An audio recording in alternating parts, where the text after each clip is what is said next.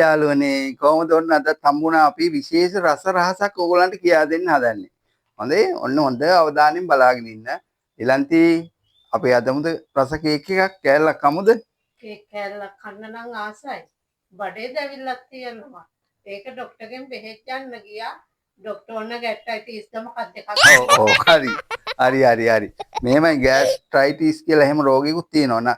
අපේ මේ ලස්සන රටේ ශාක තියෙනවා ඖෂධීය ගොඩක් ශාක වර්ග. ඉතින් අපිට පුළුවන් මේ ශාක භාවිතා කරලා කේක් හදන්න. හොඳේ. දැන් මේ වගේ ශාක භාවිතා කරලා ඔය වගේ රෝගවලට, බඩ දැවිල්ලට, එතකොට සමහර ඇඟේ තියෙන විෂවලට හොඳ ශාකයක් තමයි කැහි පිත්තා. කැහි පිත්තම් පාවිච්චි කරලා අපි හදමු කේක් එකක්. ඔන්න අපේ යාළුවන්ටත් මේ කේක් එක හදන්න පුළුවන්. ඉතින් අපි බලමු මේ කැහි පිත්තම් කියන්නේ මොනවද කියලා නේද? අපි කැහි පිත්තම් අඳුරන්නෙත් නෑ සමහරලාට. දැන් සමහර වතු වල නෑ. අපි කැහි පිත්තම් ටිකක් බලමු. එහෙනම් බලා ගන්න කැහි පිත්තම් කොලේ. මෙන්න මේක තමයි කොලේ. මේක ගහක් නෙමෙයි වැලක්. ඔන්න බලන්න මේ වැල හොඳට මේ සමහර වතු වල තියෙන ගොඩක් වැවිලා ගොඩාක් වෙලාවට මේක එහෙම මරන්නත් දේශීන් පුළුවන් මේ ශාකයක් නෙමෙයි. කැලෑවට හැදුනාම හරි හයිය වැලක්. ඉතින් මේකේ තියෙන ඖෂධීය ගුණ ඕගොල්ලන්ට දැනගන්න පුළුවන් ආයුර්වේදයේ පොඩ්ඩක් සර්ච් කළොත් ආයුර්වේදයේ ගොඩාක් ගුණ තියෙන ඖෂධයක් හැටියට තමයි මේ කැහි පිත්තම් පාවිච්චි කරන්නේ. එතකොට මේ කැහි පිත්තම් මුලින්ම ඕගොල්ලෝ ගෙනල්ලා එක්ක බෙන්ඩර් එක දාලා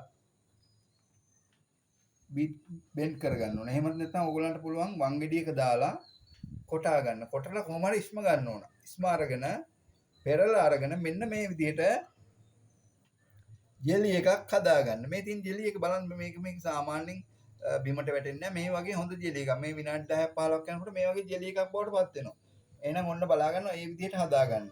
දැන් අපිට අවශ්‍ය වෙන මූලික අමුද්‍රව්‍ය ටික බලමු අපි. ඔන්න ජෙලි එක ඕන වෙනවා. ඊළඟට බටර් අවශ්‍ය වෙනවා. බටර් සාමාන්‍යයෙන් මේකට ග්‍රෑම් 100ක් විතර ගත්තා නම් ඇති වෙනවා. ඊට අමතරව මෙන්න මේ බිත්තර ටික පාවිච්චි කරන්න ඕන. පාන් පිටි තියෙනවා මෙතන. හැබැයි පාන් පිටි වලට තව විශේෂ කාරණයක් තියෙනවා. මම බේකින් පවුඩර් තේන්ද දාලා යාළුවනේ මේ හදලා තියාගෙන ඉන්නේ. ඊළඟට කිරි පිටි ටිකකුත් අපිට මේකට පාවිච්චි කරන්න පුළුවන් ඔන්න ඔය විදිහට. මෙතන තියෙනවා සීනි. සීනි සාමාන්‍යයෙන් ග්‍රෑම් 100ක් විතර තමයි අපි මේකට පාවිච්චි කරන්නේ. කිරි පිටි වල පාවිච්චි කරන ප්‍රමාණය කිව්වොත් මේ සෙන්ඩක් විතර දැම්මනම් ඇති. ඊට අමතරව මං ගාව තියෙනවා මෙන්න මේ වැනිලා ටික. ඊට පස්සේ කලරින් තියෙනවා කොළ පාට. මොකද මේක විචිත්‍රවත් ගතියක් ගන්නත් ඕනින්ද. එහෙනම් අපි දැන් මේක හදමු.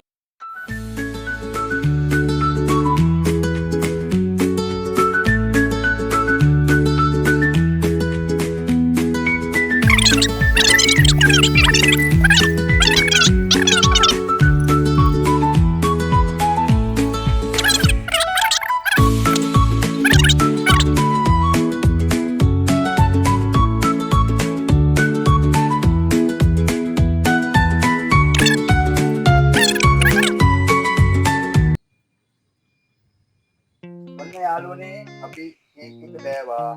ඒකට මට මේක විනාඩි 50ක් ගියා. කේක් කරන්න කාලේ. සෙල්සියස් අංශක 160ක තමයි මම දැන් 160ක දාලා විනාඩි 50ක් විතර ගියා. මොකද මේක පොඩි පිට ගතියක් තියෙන නිසා මේ අපි කේක් පාවිච්චි කරන නිසා පොඩි පිට ගතියක් තියෙනවා. ඒ නිසා කාලේ පොඩ්ඩක් වැඩිපුර යනවා. දැන් ඕගොල්ලෝ ගෙදර හදන්න තියෙන ඔය ප්‍රශ්නේ තියෙනවා. කියන්නේ මේකට මේ කියන පිට ගතිය වැඩි නිසා කාලේ පොඩ්ඩක් යනවා. විනාඩි 50 කියලා හිතා ගන්න. දැන් අපි මේක රස බලමු.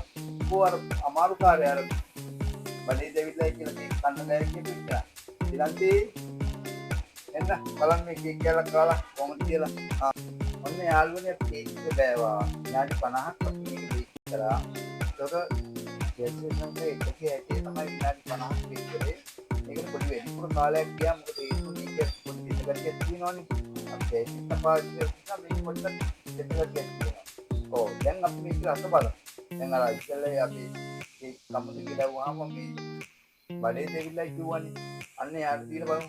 ඉලන්ති එන්න බලන්න කේක් එකක් කාලා බලන්න කොහොමද කියලා.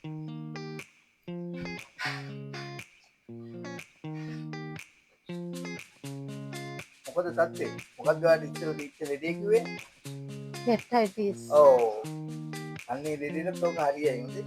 දැන් ඔක ඉස්සරහට හදාගෙන ගෙදරදී හදලා බලලා කන්න හොඳේ.